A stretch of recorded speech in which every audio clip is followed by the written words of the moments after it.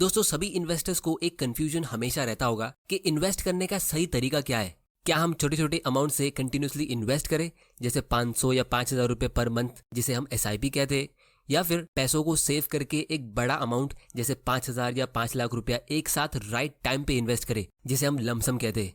तो इन्वेस्ट करने का सबसे बेस्ट तरीका है क्या, SIP या लमसम? दोस्तों इसी सवाल का जवाब आपको इस वीडियो से एकदम क्लियरली मिलेगा और हम ये भी जानेंगे कि इन्वेस्ट करने का राइट टाइम कब होता है और कौन सी स्ट्रेटेजी किन लोगों के लिए ज्यादा बेटर होगी। और इसके साथ में ये पावर ऑफ कंपाउंडिंग इनमें काम कैसे करता है हम ये भी जानेंगे, जिसमें हम CAGR और IRR के इंपॉर्टेंट कॉन्सेप्ट को भी समझेंगे। और दोस्तों ये सब चीज मैं आप लोगों को एकदम सिंपल लैंग्वेज में समझाऊंगा, एग्जांपल्स और स्टोरीज के साथ, ताकि एक 5th स्टैंडर्ड के बच्चे को भी ये फाइनेंस के डिफिकल्ट कॉन्सेप्ट्स एक ही बार में बहुत ही आसानी से समझ आ जाए। तो दोस्तों आज की वीडियो में मैं आप लोगों को 3 स्टोरी सुनाऊंगा जिससे हम ये दोनों इन्वेस्टमेंट मेथड को अलग अलग तरह से एनालाइज करेंगे। तो वीडियो बहुत ही इंटरेस्टिंग होने वाला है, इसे एंड तक जरूर देखना, क्योंकि मैं गारंटी के साथ कह सकता हूँ कि इस एक वीडियो से आपकी इन्वेस्टिंग की नॉलेज काफी ज्यादा इंप्रूव होगी और अपनी लाइफ टाइम में आप इससे लाखों रुपए का प्रॉफिट कमा सकते हो। तो बिना वक्त बर्बाद किए हम शुरू करते। तो दोस्तों ये 1992 की बात है। लकी और मोंटी दोनों दोस्त थे, इनकी शादी हो चुकी है, ये दोनों कुछ सालों से एक प्राइवेट कंपनी में जॉब कर रहे हैं। तो एक दिन इनकी कंपनी से इनको बोनस मिलता है। तो मोंटी टीवी पे न्यूज देख रहा था कि कैसे स्टॉक मार्केट बहुत ही तेजी से ऊपर जा रहा है और बहुत सारे लोग यहाँ से पैसा कमा के अमीर बन रहे हैं। तो वो फौरन अपने एक ब्रोकर फ्रेंड को कॉल करता है, जो उसको बोलता है कि उसे वीडियोकॉन कंपनी के स्टॉक में इन्वेस्ट करना चाहिए। इसका शेयर प्राइस पहले 8 रुपए का था, लेकिन अब ये 50 रुपए का हो गया है। तो उसका 1 लाख रुपया कुछ ही महीनों में 2-3 गुना ग्रो हो सकता है। तो इसीलिए मोंटी यहाँ पे अपना सबसे पहला इन्वेस्टमेंट करता है, जो होता है वीडियोकॉन कंपनी का स्टॉक, और उसमें वो 1 लाख रुपया डायरेक्टली इन्वेस्ट कर देता है, मतलब लमसम इन्वेस्टमेंट। और ये बात वो अपने फ्रेंड लकी से भी कहता है कि उसने हाल ही में एक स्टॉक में इन्वेस्ट किया जब इसका प्राइस 50 रुपए पे था, और अभी उसके इन्वेस्ट करने के बाद ये 55 रुपीज में पहुंच गया है। लेकिन लकी को इसमें थोड़ी सी गड़बड़ लगती है और इसीलिए वो कुछ इन्वेस्टमेंट की बुक रीड करता है, जिसको समझकर वो ये डिसाइड करता है कि वो एक म्यूचुअल फंड में SIP करेगा। तो लकी वहां पे 1,000 रुपए की SIP सेट करता है एक सिंपल से लार्ज कैप म्यूचुअल फंड में, जिसका रिटर्न सेंसेक्स इंडेक्स जितना होता है। लेकिन दूसरी तरफ मोंटी देखता है कि उसका स्टॉक काफी स्पीड में ऊपर जा रहा है, तो ये देख के वो और ज्यादा इन्वेस्ट करने का प्लान करता है। तो लकी को देख के वो अपना दूसरा इन्वेस्टमेंट जल्दी से कर लेता है, जो होता है 2 लाख रुपए म्यूचुअल फंड में, और यहाँ पे भी वो एक साथ लमसम इन्वेस्टमेंट करता है। तो मोंटी ने अभी तक टोटल 3 लाख रुपए इन्वेस्ट कर लिए लमसम मेथड से, 1 लाख रुपए स्टॉक में और 2 लाख रुपए म्यूचुअल फंड में। और लक्की ने सिर्फ 1,000 रुपए की मंथली SIP सेट की है एक सिंपल से लार्ज कैप म्यूचुअल फंड में। अब मोंटी ने SIP सेट इसीलिए नहीं की क्योंकि उसे लगता है कि एक बार जब अपने SIP सेट कर दी तो आपको EMI की तरह उसे हमेशा पे करते रहना पड़ता है। और दोस्तों कमिटमेंट देना किसको पसंद है, क्या पता फ्यूचर में हमारे पास पैसे हो ना हो।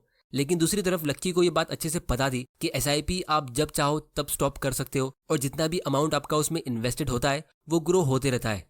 अब दोस्तों हम फास्ट फॉरवर्ड करते और 2017 में आते जब ये दोनों रिटायर होते।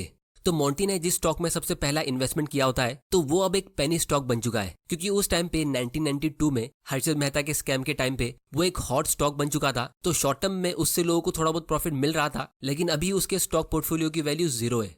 और उसने जो 2 लाख रुपए म्यूचुअल फंड में इन्वेस्ट किए थे वो उसने अप्रैल 1992 में किए थे, जब स्टॉक मार्केट अपने पीक पे था, जब हर कोई स्टॉक मार्केट में इन्वेस्ट करने की बात कर रहा था। तो वो टाइम पे सेंसेक्स 4,200 पॉइंट्स पे था और 2017 तक सेंसेक्स 29,000 पॉइंट्स पे पहुंचा, जिसकी वजह से उसको अपने इन्वेस्टमेंट पे 7 गुना रिटर्न्स मिला।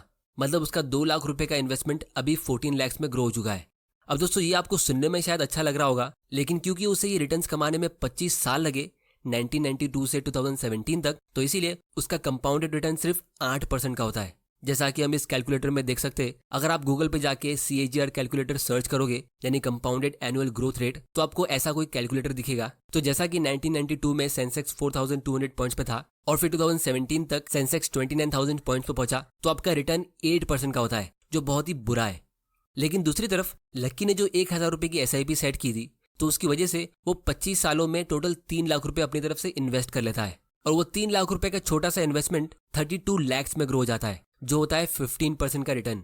अब दोस्तों अगर आप एक चीज नोटिस करोगे तो दोनों ने सेम टाइम पे इन्वेस्टमेंट शुरू किया था और दोनों ने ही सेम 25 साल तक इन्वेस्टमेंट किया, लेकिन एक को 8% का रिटर्न मिला और दूसरे को 15% का। ऐसा कैसे हो सकता है? तो अगर आप लोगों से मैं एक बात यहाँ पे पूछूं कि कौन सा ऑप्शन ज्यादा बेटर है, SIP या लमसम, तो आप सभी SIP को बेस्ट ऑप्शन कहोगे। लेकिन अब हम दूसरी स्टोरी देखते हैं जहां से हमें एक दूसरा और बहुत ही इंटरेस्टिंग नजरिया देखने मिलेगा और फिर हम दोनों स्टोरीज के लेसन्स को एनालाइज करेंगे। तो अब हम 1992 से 15 साल आगे फास्ट फॉरवर्ड करते और 2008 में आते। इस स्टोरी में हम रॉकी और सनी से मिलते। तो रॉकी को उसके डैड 2 लाख रुपए देते एक न्यू रॉयल इनफील्ड बाइक खरीदने के लिए, और सनी को भी 2 लाख रुपए उसके डैड से मिलते। तो सनी यहाँ पे पहली फुर्सत में 1,90,000 की एक बाइक खरीद लेता है। तब उसके डैडी उससे कहते कि देख, तुझे बचे हुए 10,000 रुपए को कहीं पे इन्वेस्ट कर लेना चाहिए, और क्योंकि तेरा जॉब लग गया है तो तुझे कोई FD या SIP कर लेनी चाहिए। तो सनी यहाँ पे समझदारी के साथ एक लार्ज कैप म्यूचुअल फंड में 5,000 रुपए की SIP सेट कर लेता है। और दूसरी तरफ जब रॉकी बाइक खरीदने के लिए घर से निकलने वाला होता है, तब वो देखता है कि उसके डैडी टीवी पे न्यूज देख रहे हैं कि स्टॉक मार्केट बुरी तरह क्रैश हो गया है और बहुत लोगों को जॉब से निकाला जा रहा है। लोग देश की हालत देख के बहुत डर रहे हैं। सेंसेक्स 50% नीचे गिर चुका है और लोगों को लग रहा है कि ये और ज्यादा नीचे गिरेगा। अब क्योंकि रॉकी के घर पे स्टॉक मार्केट की बुक्स पहले से ही थी और उसने एक वॉरेन बफे की लाइन भी रीड की थी कि the secret to get rich is to get greedy when everyone is fearful. तो तब रॉकी डिसाइड करता है कि वो उसका बाइक खरीदने का प्लान पोस्टपोन करेगा। फिर वो अपने मोबाइल पर थोड़ी रिसर्च करता है और अच्छे स्टॉक ढूंढने की कोशिश करता है, लेकिन उसे कुछ समझ नहीं आता है कि कौन से स्टॉक में इन्वेस्ट किया जाए। और फिर फाइनली उसके दिमाग में एक आइडिया आता है कि वो रॉयल इनफील्ड की बाइक खरीदने जा रहा था, तो क्यों ना मैं इसी कंपनी के शेयर्स की रिसर्च करूं, क्योंकि यंगस्टर्स के बीच इस बाइक का एक अलग ही क्रेज है। अब तो रॉकी रॉयल इनफील्ड की पेरेंट कंपनी एशर मोटर्स के ऊपर रिसर्च करता है और उसमें 1 लाख रुपए इन्वेस्ट करता है, जिसके बदले उसको इस कंपनी के 4,000 शेयर्स मिलते हैं। क्योंकि 2008 में इस कंपनी का एक शेयर का प्राइस ऑलमोस्ट 25 रुपए के आसपास था, और बाकी के 1 लाख रुपए वो एक म्यूचुअल फंड में इन्वेस्ट कर लेता है, ये सोच के कि अगर उसका स्टॉक इन्वेस्टमेंट फेल हो जाता है तो उसकी पूरी सेविंग्स खत्म नहीं होगी। तो बेसिकली डाइवर्सिफाई करने के लिए वो एक इंडेक्स फंड में इन्वेस्ट कर लेता है। और उसने यहाँ पे कोई भी SIP सेट नहीं की है, मतलब जब भी उसकी सैलरी आ रही थी तो वो उसे पूरी तरह एंजॉय कर रहा था और कोई भी सेविंग्स नहीं कर रहा था। और ये देख के सनी मनी मन सोचता था कि ये तो आज मजे कर रहा है, लेकिन इसे फ्यूचर में पता चलेगा कि ये कितनी बड़ी मिस्टेक कर रहा है। तो अब हम 10 साल आगे फास्ट फॉरवर्ड करते और 2018 में आते और देखते हैं कि इन दोनों ने कितना प्रॉफिट कमाया। तो सबसे पहले हम सनी की बात करते। उसने 10 साल में यानी 2008 से लेकर 2018 तक 5-5 हजार की मंथली SIP के जरिए टोटल 6 लाख रुपए इन्वेस्ट कर दिए। उसे बीच में काफी बार मन किया कि वो अपनी SIP को रोक दे, क्योंकि मार्केट कंडीशन बीच बीच में खराब हो रही थी, लेकिन फिर भी उसने डिसिप्लिन के साथ अपनी SIP चलने दी। और अभी उसके पोर्टफोलियो की वैल्यू 10.3 लाख की है, मतलब उसे 4 लाख रुपए का प्रॉफिट मिला, जो होता है सिर्फ 10% का रिटर्न। अब हम बात करते हैं रॉकी की। तो रॉकी ने जो 1 लाख रुपए डाइवर्सिफाई करने के लिए म्यूचुअल फंड में इन्वेस्ट किए थे, उसकी वैल्यू अब 4 लाख रुपए की होती है, क्योंकि 2008 में सेंसेक्स 9,000 पॉइंट्स पे था और 2018 तक ये 37,000 पॉइंट्स पे पहुंचा, मतलब ऑलमोस्ट 4 गुना ऊपर गया। तो ये होता है 15% का रिटर्न। अब दोस्तों यहाँ पे अगर हम नोटिस करेंगे तो दोनों ने सेम टाइप की म्यूचुअल फंड में इन्वेस्ट किया और दोनों ने 10 साल के लिए इन्वेस्ट किया, लेकिन सनी को SIP से सिर्फ 10% का रिटर्न मिला और रॉकी को लमसम से 15% का। तो यहाँ पे उल्टा कैसे हो गया? पहली स्टोरी में SIP से अच्छा रिटर्न मिला था, अब SIP का परफॉर्मेंस बुरा कैसे हो गया? तो इसका रीजन ये है कि रॉकी ने एक साथ अपना पूरा पैसा बेयर मार्केट में इन्वेस्ट किया था, मतलब यहाँ पे तो स्टार्टिंग पॉइंट हमारा ये एग्जैक्ट बॉटम है और एंड पॉइंट हमारा ये है। तो स्टार्ट से एंड तक ये 15% का एनुअल रिटर्न होता है, जिसे हम CAGR कहते हैं। लेकिन सनी ने जब मार्केट क्रैश हुआ था और वो इन्वेस्ट करने का सबसे बेस्ट टाइम था, तो उसने वो टाइम पे सिर्फ 5,000 रुपए इन्वेस्ट किए थे। फिर अगले महीने जब मार्केट थोड़ा सा रिकवर हुआ तो SIP के जरिए उसने फिर से 5,000 रुपए इन्वेस्ट किए, और इसी तरह जब मार्केट ऊपर जाता रहा तो उसकी SIP के जरिए उसके 5-5 हजार रुपए इन्वेस्ट होते गए। तो इसीलिए रॉकी के मुकाबले उसने अपने म्यूचुअल फंड्स को बाय करने के लिए ज्यादा प्राइस पे किया। तो ये जो सनी का 10% रिटर्न था, इसे हम IRR कहते हैं, यानी इंटरनल रेट ऑफ रिटर्न। मतलब आपके इंटरनली जितने भी मल्टीपल इन्वेस्टमेंट्स हुए ये उसका एक एवरेज निकालता है। क्योंकि SIP में हमेशा मल्टीपल इन्वेस्टमेंट्स होते हैं, क्योंकि आप हर महीने बाइंग करते हो, तो इसीलिए इसमें हमेशा IRR कैलकुलेट होता है, और वन टाइम इन्वेस्टमेंट में हमेशा CAGR कैलकुलेट होता है। अब इसको हम थोड़ा और डिटेल में नेक्स्ट स्टोरी में समझेंगे, जिससे आपका सारा डाउट क्लियर हो जाएगा। और दोस्तों एक और बहुत ही इंपॉर्टेंट चीज नोट करने वाली ये है कि अगर सनी ने बुरे मार्केट कंडीशन में डर के अपनी SIP स्टॉप की होती और सिर्फ तभी अपनी SIP कंटिन्यू रखी होती जब मार्केट अच्छा कर रहा था, तो उसको 10% से भी कम रिटर्न मिलता, 6% या 5% या शायद उससे भी कम। अब दोस्तों इससे पहले कि आप अपनी SIP स्टॉप करो, इसका एक बहुत ही स्पेशल पावर होता है जिसको हम आगे डिस्कस करेंगे। लेकिन उससे पहले हम बात करते हैं रॉकी के स्टॉक इन्वेस्टमेंट के बारे में। तो रॉकी ने जो एशर मोटर्स के शेयर्स लिए थे उससे उसकी जिंदगी बदल गई, क्योंकि वो कंपनी का शेयर 25 रुपए से ग्रो होकर 2018 तक ऑलमोस्ट 3,000 रुपए पे पहुंच गया, यानी 10 साल में 110 गुना ग्रो हो गया, जिससे उसकी 1 लाख रुपए का छोटा सा इन्वेस्टमेंट 1.1 करोड़ में ग्रो हो गया। और अब उसको जो छोटा सा 1% का डिविडेंड मिलता है वो उसके जरिए हर साल एक नई बाइक खरीद सकता है। अब दोस्तों अगर रॉकी ने इस स्टॉक में थोड़ा थोड़ा करके इन्वेस्ट किया होता, यानी SIP की तरह, तो ऑब्वियसली उसका रिटर्न कम होता, क्योंकि ये स्टॉक तो धीरे धीरे करके ऊपर जा रहा था।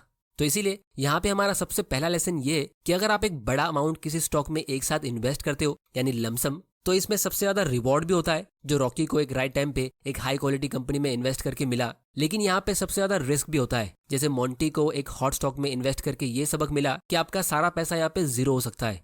तो ये था हमारे आज की वीडियो का सबसे पहला और सबसे बेसिक लेसन कि स्टॉक में लमसम इन्वेस्टमेंट करने से या तो आप जीरो बनोगे या फिर आप हीरो बन सकते हो, मतलब अपनी लाइफ टाइम की वेल्थ बिल्ड कर सकते हो।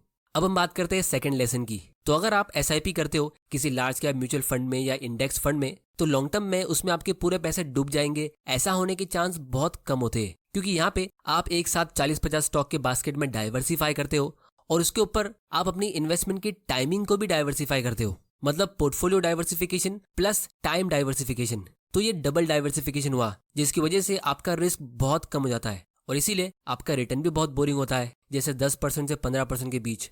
अब ये गारंटी नहीं है, लेकिन पास्ट के हिसाब से आपको कुछ ऐसा मिल सकता है। लेकिन फिर भी FD से और दूसरी फिक्स्ड इनकम वाली पॉलिसी से आपको अच्छा ही रिटर्न मिलना चाहिए, क्योंकि अगर आप नोटिस करोगे तो दोनों ही स्टोरी में SIP करने वालों को लॉस नहीं हुआ। पहली स्टोरी में मोंटी को हॉट स्टॉक्स में इन्वेस्ट करके काफी ज्यादा लॉस हुआ, तब SIP करने वाला हीरो बन गया।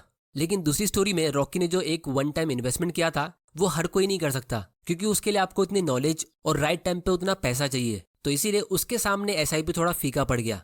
तो इसीलिए SIP की खास बात यह है कि अगर आप बिल्कुल गलत टाइम पे भी SIP स्टार्ट कर लेते हो, जब आपको बिल्कुल भी इन्वेस्ट नहीं करना चाहिए, जैसे बिल्कुल मार्केट के पीक पे, और फिर उसके बाद मार्केट क्रैश आता है, तो भी आपका कुछ खास नुकसान होगा नहीं, क्योंकि आपने SIP अभी बस स्टार्ट किए। आप एक छोटे अमाउंट से इन्वेस्ट करना अभी शुरू कर रहे हो, तो जब फ्यूचर में मार्केट क्रैश होगा तो आप उसका भी फायदा उठा सकते हो।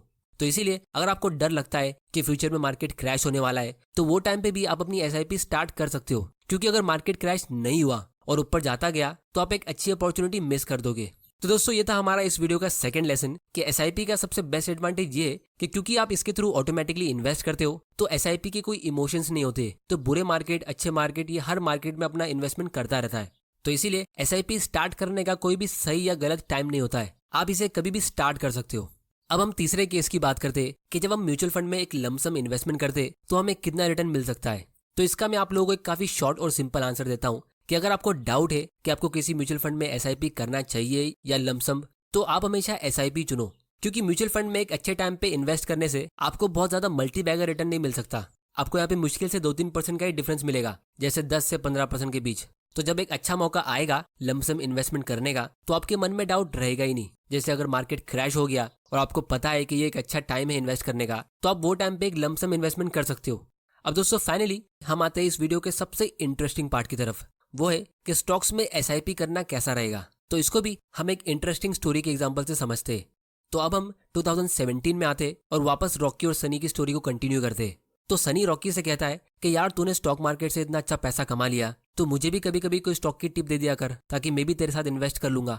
तब रॉकी कहता है कि देख, अभी मैं 2 न्यू स्टॉक्स अपने पोर्टफोलियो में ऐड करने जा रहा हूँ। ये दोनों स्टॉक्स में मैं कम से कम 5 साल तक तो इन्वेस्ट करूंगा ही, और मुझे इनमें अच्छा पोटेंशियल दिख रहा है। एक है टाटा मोटर्स और दूसरा है नेस्ले। तो ये स्टॉक की टिप मिलते ही सनी फौरन अपने घर पे जाता है और इनमें इन्वेस्ट करने का सोचता है। तो सबसे पहले वो ये देखता है कि नेस्ले का स्टॉक तो 7,000 रुपए का है, ये तो बहुत ही महंगा है, शायद ये फ्यूचर में सस्ता होगा। तो वो हर महीने इसके 1-2 स्टॉक बाय करने का प्लान करता है, ताकि जब ये सस्ता होगा तब वो इसमें ज्यादा इन्वेस्ट करेगा। और दूसरी तरफ वो ये देखता है कि टाटा मोटर्स का स्टॉक तो बहुत सस्ता है, ये तो 500 रुपए से भी कम का है, तो वो फौरन इसमें अपनी ऑलमोस्ट सारी सेविंग्स इन्वेस्ट कर देता है। फिर जब 5 साल बाद सनी रॉकी से मिलता है तो उसे कहता है कि यार, तेरी स्टॉक टिप से मुझे इतना खास प्रॉफिट हुआ ही नहीं, मुझे तो इन 5 सालों में सिर्फ टोटल 20% का ही रिटर्न मिला है। तो ये सुन के रॉकी हैरान हो जाता है कि ऐसा कैसे हो सकता है, उसको तो वही 2 स्टॉक से ऑलमोस्ट 150% का प्रॉफिट मिला है, मतलब उसके पैसे ऑलमोस्ट डबल से भी ज्यादा ग्रो हो चुके हैं। तो जब रॉकी सनी के बाइंग और सेलिंग के ट्रांजैक्शन को थोड़ा डिटेल में देखता है, तब उसे पता चलता है कि यहाँ पे एक्चुअली में हुआ क्या। तो दोस्तों, अगर हम टाटा मोटर्स की बात करें तो हमें पिछले 5 साल में इससे सिर्फ 4% का रिटर्न मिला है, जो एक बहुत ही बुरा परफॉर्मेंस है। आपको सेविंग्स अकाउंट में हर साल 4% का रिटर्न मिलता है, लेकिन ये इसका लमसम रिटर्न है, यानी इस पॉइंट से इस पॉइंट तक का रिटर्न। इसी स्टॉक में अगर आपने SIP की तरह इन्वेस्ट किया होता तो आपको उसी टाइम पीरियड में 100% की भी ऊपर का रिटर्न मिलता।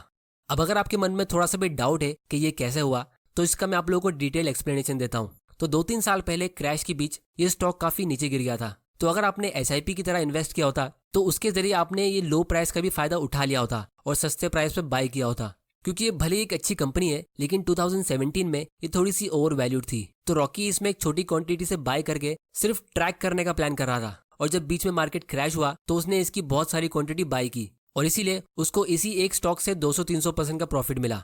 और दूसरी तरफ रॉकी ने नेस्ले में एक साथ एक बड़ा अमाउंट इन्वेस्ट किया था, क्योंकि वो पिछले 10 साल से इस कंपनी का वेट कर रहा था कि कब ये अच्छे वैल्यूएशन पे मिले ताकि वो इसे बाय कर सके। और फाइनली जब मैगी क्राइसिस की वजह से 2015 में एक कंपनी प्रॉब्लम में फंसी तो इसका शेयर प्राइस नीचे गिर गया था और फिर 2017 तक ये ऑलमोस्ट फ्लैट रहा। तो उस टाइम पे ये एक अच्छी बाइंग अपॉर्चुनिटी थी। तो ऐसे टाइम पे एक वन टाइम यानी लमसम इन्वेस्टमेंट करना परफेक्ट होता है, क्योंकि दोस्तों ये एक हाई क्वालिटी का FMCG स्टॉक है जो पिछले 20-30 सालों से हमेशा ओवर वैल्यूड रहा है। तो जो भी स्मार्ट इन्वेस्टर्स होते हैं उनको पता है कि बहुत ही जल्द ये कंपनी अपनी प्रॉब्लम को सॉल्व करेगी और फिर से स्ट्रांग हो जाएगी। तो उस टाइम पे इसमें SIP करना इतना स्मार्ट डिसीजन नहीं होता। तो इसीलिए अगर हम इसी कंपनी का 5 साल का लमसम रिटर्न देखेंगे तो ये 160% का होता है, लेकिन इसी 5 साल में SIP का रिटर्न सिर्फ 38% होता है जो IRR होता है, मतलब आपका इंटरनल रिटर्न, क्योंकि आपने अच्छे टाइम पे ज्यादा इन्वेस्ट नहीं किया था। तो बेसिकली रॉकी ने नेस्ले में लमसम इन्वेस्टमेंट किया और टाटा मोटर्स में SIP की तरह, जिसकी वजह से उसका पोर्टफोलियो वही 5 साल में 2-3 गुना ऊपर चला गया, मतलब 200-300% ऊपर। लेकिन सनी अपना टिपिकल बिगिनर माइंड यूज करके इसका उल्टा करता है और अच्छे स्टॉक की टिप मिलने के बाद भी सिर्फ 20-30% का रिटर्न कमा पाता है। तो दोस्तों ये उन बहुत सारी कॉमन मिस्टेक्स में से एक है जो न्यू इन्वेस्टर्स कर लेते हैं, क्योंकि हमारा बिगिनर माइंड हमेशा ऑपोजिट काम करता है। तो इसीलिए आप लोगों की फाइनेंशियल नॉलेज को इंप्रूव करने के लिए मैंने ये चैनल बनाया है। तो अगर आपको इस वीडियो से कुछ सीखने मिला है तो इस चैनल को सब्सक्राइब करो और बेल आइकन प्रेस करना मत भूल जाना, ताकि आपसे कोई ऐसे वैल्यूएबल वीडियोस मिस ना हो जाए।